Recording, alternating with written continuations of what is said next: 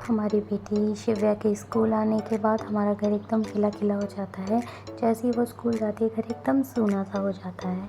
And as usual वो बहुत excited होकर अपना बैग चेक कर रही थी क्योंकि उसके बैग में खूब सारी चॉकलेट्स उसके डैडी ने डाल दी थी। आप हमारे घर के बैकग्राउंड की वॉल्स पे हमेशा पेन पेंसिल स्केच के निशान ज़रूर ही देखोगे क्योंकि आजकल हमारी बेटी स्कूल जाने लगी है और वो एकदम आर्टिस्ट बनी हुई है। उसको पेंटिंग का बहुत ही शौक़ है, तो उसने हमारे घर की हर वॉल को रंग दिया है। तो आज हमारे घर के पास आइसक्रीम वाला आया हुआ था और शिव्या बहुत ही ज़िद कर रही थी कि आइसक्रीम चाहिए, तो मैंने आइसक्रीम का एक ऑल्टरनेटिव बनाया उसके लिए, जो कि था दही और चीनी।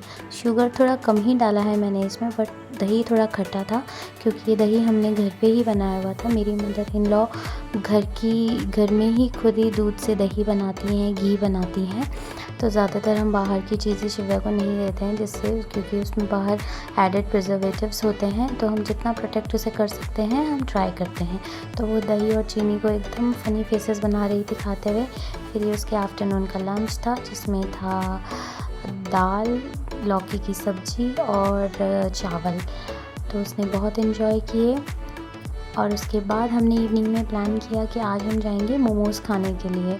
शिव्या को तो मोमोज़ इतने नहीं पसंद, हमने उसे एक दो बार ट्राई कराया है, बट फिर हमें उसे आउटिंग के लिए ले जाना था, तो हम दोनों निकल पड़े अपनी एक्टिवा में।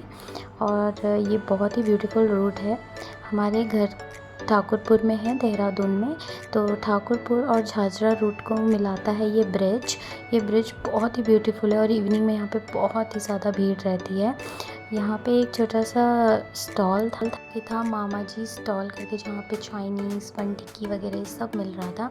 तो हमने ऑर्डर किया मोमोज़ और शिव्या को मोमोज़ बहुत पसंद है, लेकिन ये बहुत ही स्पाइसी हो रहे थे। लेकिन उसने इंटरेस्ट तो दिखाया लेकिन उसने खाया नहीं। उसके बाद हमने ऑर्डर किया था बन टिक्की, जो कि बहुत ही स्पाइसी और टेस्टी था।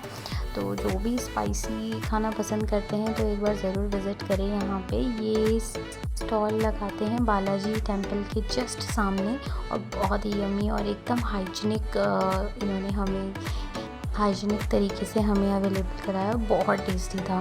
फिर उसके बाद हम निकल पड़े अपने घर की ओर क्योंकि रात होने लगी थी, करीबन 7 बज गए थे।